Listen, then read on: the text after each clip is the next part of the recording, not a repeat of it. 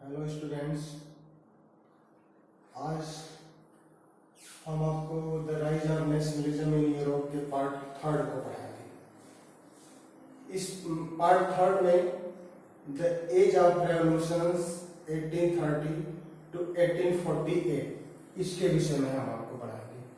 पिछले वीडियो में हमने आपको द मेकिंग ऑफ नेशनलिज्म के बारे में बताया था। उसमें हमने आपको बताया जो रेवोल्यूशनरीज थे, पिछले वीडियो में बताया रेवोल्यूशनरीज जिसमें जैसे मैजनी का आपने नाम सुना, उसने यूरोप में नेशनलिज्म को क्रिएट करने के लिए अपना मूवमेंट चलाए। उन्होंने कुछ सेक्रेट सोसाइटी को इस्टेब्लिश किया जिसमें यंग इटली और यंग यूरोप इन सोसाइटी को इस्टेब्लिश किया। और उसी दौर के बीच में वहां पर एक और रेवोल्यूशन हुआ जब ये लोग जो कंजर्वेटिव जो थे, कंजर्वेटिव जो अपना मूवमेंट चला रहे थे, उसी समय एक और रेवोल्यूशन का दौर आया। वह 1830 और 1848 यानी 18 इयर्स के बीच में क्या चेंजेस हुए उसके बारे में हम आपको बताने जा रहे हैं। द एज ऑफ रेवोल्यूशन की बात कर रहे हैं।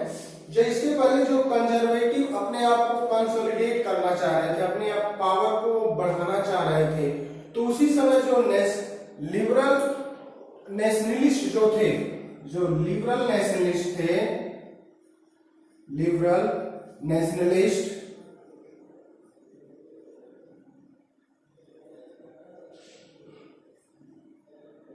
इन्होंने भी बहुत सारे मूवमेंट किए। लिबरल नेशनलिस्ट इन्होंने मूवमेंट किया जो अलग अलग एरिया में, अलग अलग रीजन में फैले हुए थे। और ये लिबरल नेशनलिस्ट कौन थे? मिडिल क्लास के लोग थे, जो मिडिल क्लास के लोग यह थे। मिडिल क्लास के थे। मिडिल क्लास में आप जानते हैं जो प्रोफेसर थे, जो बिजनेसमैन थे, जो आर्टिसन थे, यह सब थे इसमें मिडिल क्लास में। इन्होंने भी बहुत सारे अपने मूवमेंट किए। और इसके पहले आप देखें क्या हुआ था।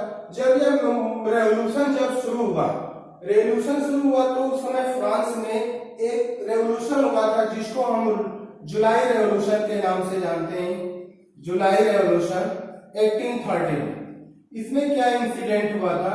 इंसिडेंट ये हुआ था जो बर्बन डायनेस्टी का जो किंग था, बर्बन डायनेस्टी के किंग को जो कंजर्वेटिव जो थे, वो जो उन लोगों ने उसको रिस्टोर कर दिया था, स्थापित कर दिया था, वापस ला दिया था। तो ये जो लिबरल नेशनलिस्ट थे, उस बर्बन डायनेस्टी के किंग को उन्होंने ओवरथ्रो कर दिया, वहां से उसको हटा दिया और वहां पे क्या इस्टेब्लिश किया? कॉन्स्टिट्यूशनल मोनार्की लाया। यानी कि मोनार्की होगी लेकिन मोनार्की अब कैसे कंट्रोल होगी, उसके ऊपर रिस्ट्रिक्शंस किसका होगा?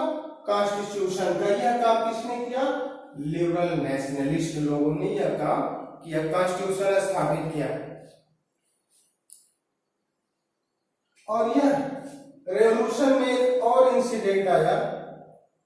जैसे जैसे नेशनलिस्ट जो फीलिंग स्प्रेड हो रही थी, उसमें ग्रीक में एक अलग तरह का डिस्टर्बेंस हुआ, एक अलग मूवमेंट हुआ। ग्रीक को फ्री करने के लिए, उसको स्वतंत्र करने के लिए वहां पर एक मूवमेंट चलाया गया जिसको ग्रीक वॉर ऑफ इंडिपेंडेंस कहते हैं, जिसको ग्रीक वॉर ऑफ इंडिपेंडेंस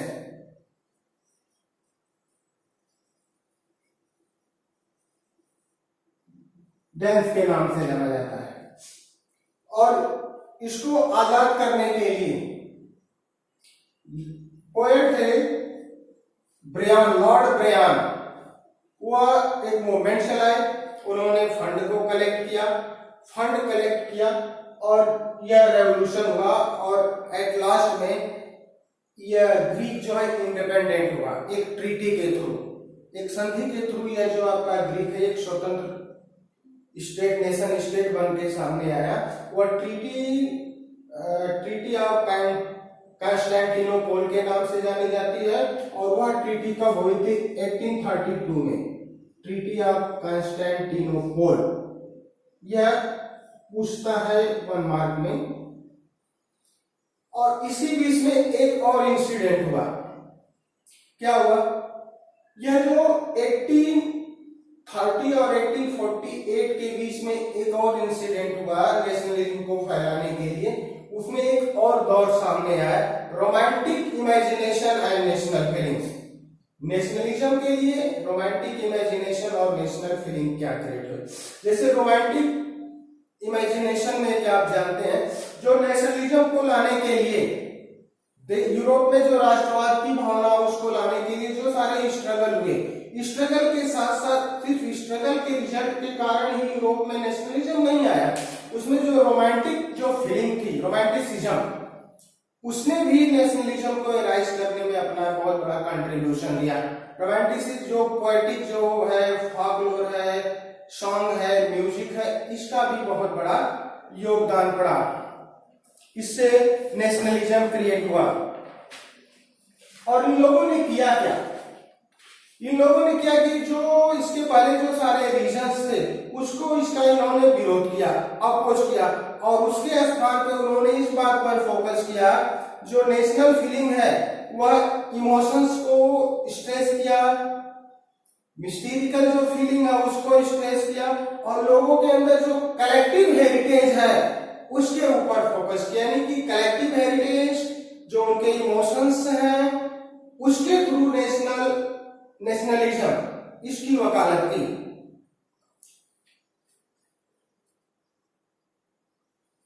और उसमें जॉन गॉटफ्रीड एक फिलासफर थे, जॉन गॉटफ्रीड एक फिलासफर थे। उन्होंने एक कॉन्सेप्ट दिया, तो बताया कि नेशनलिज्म जो है लोगों के अंदर जो ये भावना है, नेशनल फीलिंग है, लोगों के अंदर सर्च की जानी चाहिए, लोगों के अंदर निहित है वो, इसका उन्होंने कॉन्सेप्ट दिया।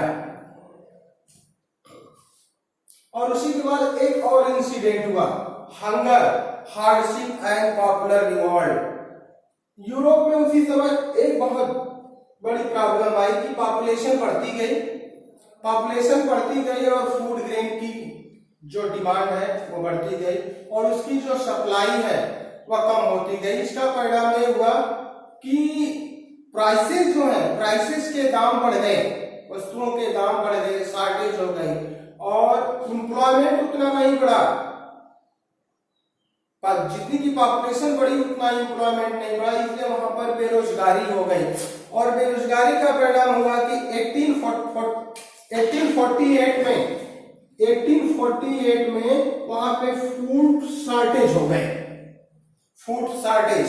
तो फूड शॉर्टेज का परिणाम ये हुआ कि लोग जो है, फ्रांस जो लोग हैं चारों तरफ, पेरिस से चारों तरफ वो बाहर निकल गए। और उसके बाद जो वहां का जो किंग था उनको उन्होंने फोर्स किया कि आप अपनी गद्दी को छोड़ो, आप यहां से रिमूव हो जाओ, हट जाओ, क्योंकि आप हमारी व्यवस्था नहीं कर पा रहे हो। तो ये प्रेशर उनके ऊपर डालने लगे और इसका रिजल्ट ये हुआ, जो किंग था वो वहां से भाग गया और उसको हटा दिया गया। और जो नेशनल असेंबली है, नेशनल असेंबली को अप्रूव कर दिया गया, नेशनल असेंबली को मान्यता दे दी गई। जो नेशनल जो असेंबली है इसको मान्यता दे दी गई। असेंबली, नेशनल असेंबली को मान्यता दी और इसको क्या कर दिया, इसको रिपब्लिक बना दिया गया, रिपब्लिक।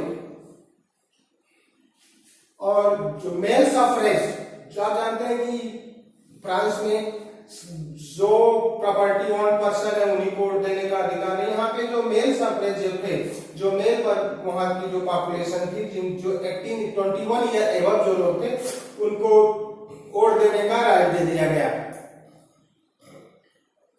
ये सारे इंसिडेंट हो रहे थे। और उसमें एक और इंसिडेंट सामने आया 1488 में, जब जब इसी के समानांतर, इसी के बराबर, यानी जब रोमांटिक फीलिंग चल रही थी, रोमांटिसिज्म की बात हो रही थी, हंगर की बात हो रही थी, उसी समय 1848 में एक और मूवमेंट हुआ जिसको हम द रेवोल्यूशन ऑफ लिबरल्स के नाम से जानते हैं। लिबरल्स लोगों ने रेवोल्यूशन कर दिया। लिबरल्स क्या, जो एजुकेटेड लोग थे, जो मिडिल क्लास के लोग थे, इन लोगों ने रेवोल्यूशन कर दिया।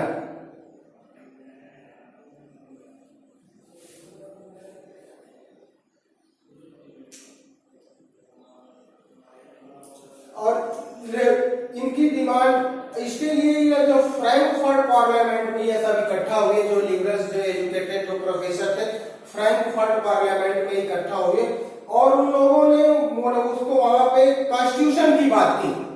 जब लुईस कॉन्स्टिट्यूशन की बात की और इसके बाद कॉन्स्टिट्यूशन, वो जो वहां का किंग था, उसने उसका विरोध किया कि नहीं, हमारे ऊपर किसी का नियंत्रण नहीं होगा, उसका विरोध किया। तो यह लोग जो है, जो लिबरल्स थे, यह अपनी बात मनवाने के लिए तैयार हो गए और इसके बाद आर्मी को बुलाया गया और नेशनल असेंबली को डिसमिस कर दिया गया। नेशनल असेंबली को डिसमिस कर दिया गया।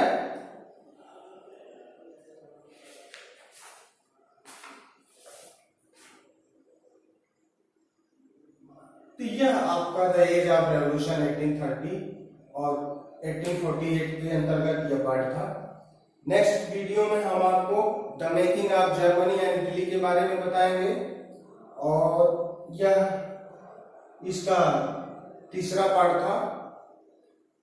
इसमें हमने आपको द एज ऑफ रेवोल्यूशन के बारे में बताया। उसके बीच में 1830 और 1848 के बीच में जो जो इंसिडेंट हुआ था हिस्ट्री में, यूरोप में जो जो इंसिडेंट हुआ था, उसके बारे में हमने आपको बताया और नेक्स्ट वीडियो में बताएंगे जर्मनी और इटली के बारे में। Thank you for watching this video.